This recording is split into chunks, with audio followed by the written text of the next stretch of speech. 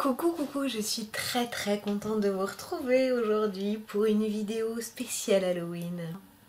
Non, c'était pas drôle et c'était pas vrai. C'est une vidéo tag que j'ai inventée, que j'ai appelée What About Christmas? Et pourquoi je l'ai nommée en anglais? Eh bien parce que ça sonne mieux. J'aurais pu l'appeler Et au sujet de Noël, qu'en est-il de Noël? Voilà, ça faisait plus, on doit faire le point que nom de tag. Donc voilà, What About Christmas? Donc évidemment cette vidéo va parler de Noël. Hein. Si vous ne voulez pas entendre parler de Noël, mieux vaut quitter ce tag tant qu'il en est encore temps. Première question, est-ce que Noël est une fête importante à tes yeux? Oui, Noël est une fête très importante à mes yeux. D'abord parce que j'ai des enfants, donc quand on a des enfants, on a à cœur de faire Noël, patati patata, les cadeaux, le Père Noël, machin. Elle me permet d'avoir ma famille autour de moi, ma famille au sens large, hein, c'est-à-dire pas que mon chéri et mes enfants, de passer du temps avec ma famille, chose qui n'arrive pas si souvent que ça, donc ça me tient vraiment à cœur, le reste est vraiment très accessoire. Deuxième question, où fêtes-tu Noël habituellement?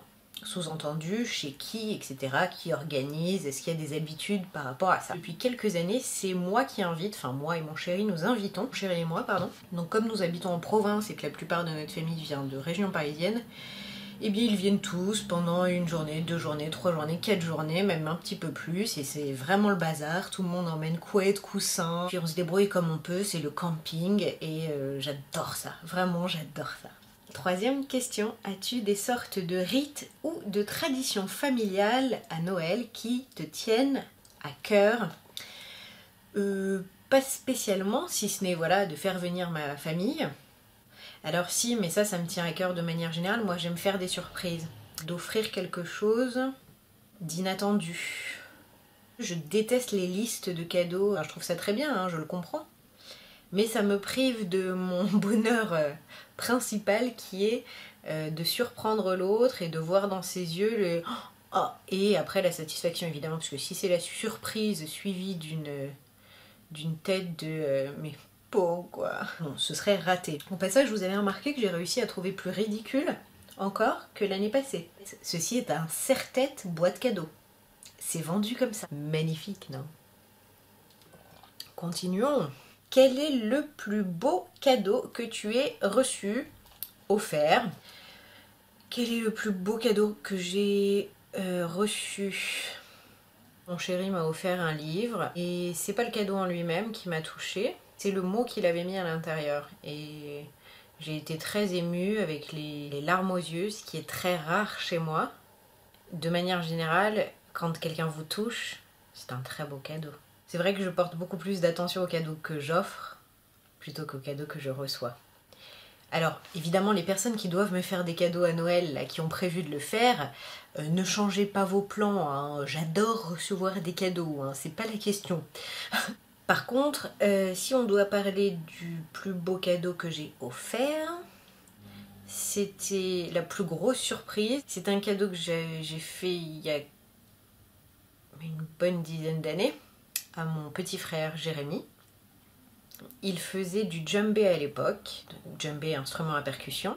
Et comme on avait un petit peu de sous, on lui avait acheté un séjour en Afrique et un stage de djembé avec genre un grand maître du djembé. J'avais mis dans une toute petite boîte rouge avec un nœud, un petit papier qui expliquait le cadeau. Je n'attendais qu'une chose ce soir-là, c'était que Jérémy déballe son cadeau pour voir son visage s'illuminer, être bluffé, heureux, ému, tout ce que vous voulez. Et là, donc il ouvre la boîte, il déplie le papier où il est expliqué le stage machin, et je vois son visage se refermer. Donc non seulement il le connaissait, mec pas sympa, gros con, drogué, horrible, et en plus mauvais joueur de djembé, et on a annulé un, voilà. Et puis du coup cette année-là, il n'a pas eu de cadeau. Le plus beau cadeau dans l'idée, mais en même temps le plus pourrave. Cette année, de quelle couleur comptes-tu décorer ton sapin? Eh bien, je n'en ai aucune idée. Voilà. 7e question. As-tu un souvenir particulier à raconter concernant Noël? Oui, il y a un truc qui me vient en tête. Alice, qui aujourd'hui a presque 15 ans, mais qui était toute petite à l'époque, genre 3 ans on va dire. À cette époque, on habitait un petit appartement, mon chéri et moi dormions dans le salon sur une mezzanine. Il y a un gros sapin dans le salon, enfin par rapport à elle il était gros. Dans la nuit du 24 au 25, j'avais donc installé tous les paquets cadeaux sous le sapin. J'entends des petits pas. Je vois ma fille qui s'approche du sapin et qui regarde tous les cadeaux. Je me dis qu'elle doit réfléchir, est-ce que je touche, est-ce que je touche pas? Et puis elle repart, je me dis bon, très bien. Elle est partie se recoucher, et ben non. Elle revient avec une chaise, vous savez, une petite chaise pour enfants en bois. Et elle s'assoit, à quoi? 50 cm du sapin. Elle s'assoit devant le sapin, et elle regarde. Et je pense que dans sa tête, mais c'était horrible, c'était... J'ai envie d'ouvrir, j'ai pas le droit. Mais c'est quoi ça? Est-ce que c'est pour moi? Et j'avais vraiment peur qu'elle craque, donc je me suis mise à tousser, à faire du bruit. Elle est partie en courant se recoucher et du coup elle a pas pu craquer, mais c'était vraiment un très mignon souvenir. 8e question, te souviens-tu du moment où tu as cessé de croire au Père Noël? Je sais plus quel âge j'avais, je saurais pas vous dire, entre 6 et 8 je dirais. On était dans notre chambre et la fenêtre de notre chambre était à l'angle d'un immeuble et mes parents nous avaient dit de pas venir dans la cuisine, je sais pas quoi, et du coup on s'est mis à la fenêtre de la chambre de mes frangins en l'occurrence. On a un petit peu ouvert le rideau et on les a vus à travers la fenêtre de la cuisine en train d'emballer des cadeaux. Voilà, s'ils emballaient les cadeaux, c'était pas les petits lutins. Si c'était pas les petits lutins qui emballaient les cadeaux et que les cadeaux étaient déjà là, c'est que c'était pas le Père Noël qui les amenait, enfin bref.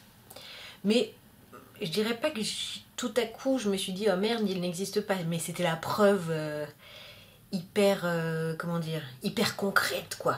Voilà, c'est ça dont je me souviens, genre ah bah alors c'est sûr quoi, c'est mort. Voilà. 9e question, si tu devais en choisir un seul, quel cadeau souhaiterais-tu recevoir cette année? Un seul cadeau. Eh bien très franchement, il n'y a aucun cadeau dont j'ai absolument envie ou besoin. Mais cette année, malheureusement, mon petit frère... Oh purée! Je pensais pas que ça allait me faire ça.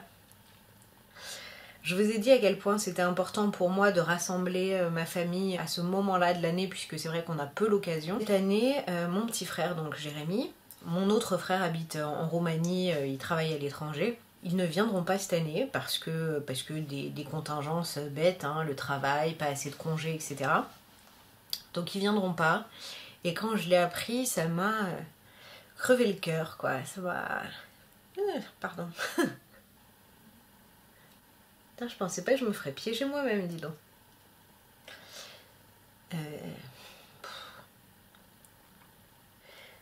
Donc si je devais choisir un seul cadeau et ne recevoir rien d'autre, ben, ce serait que finalement, ils viennent.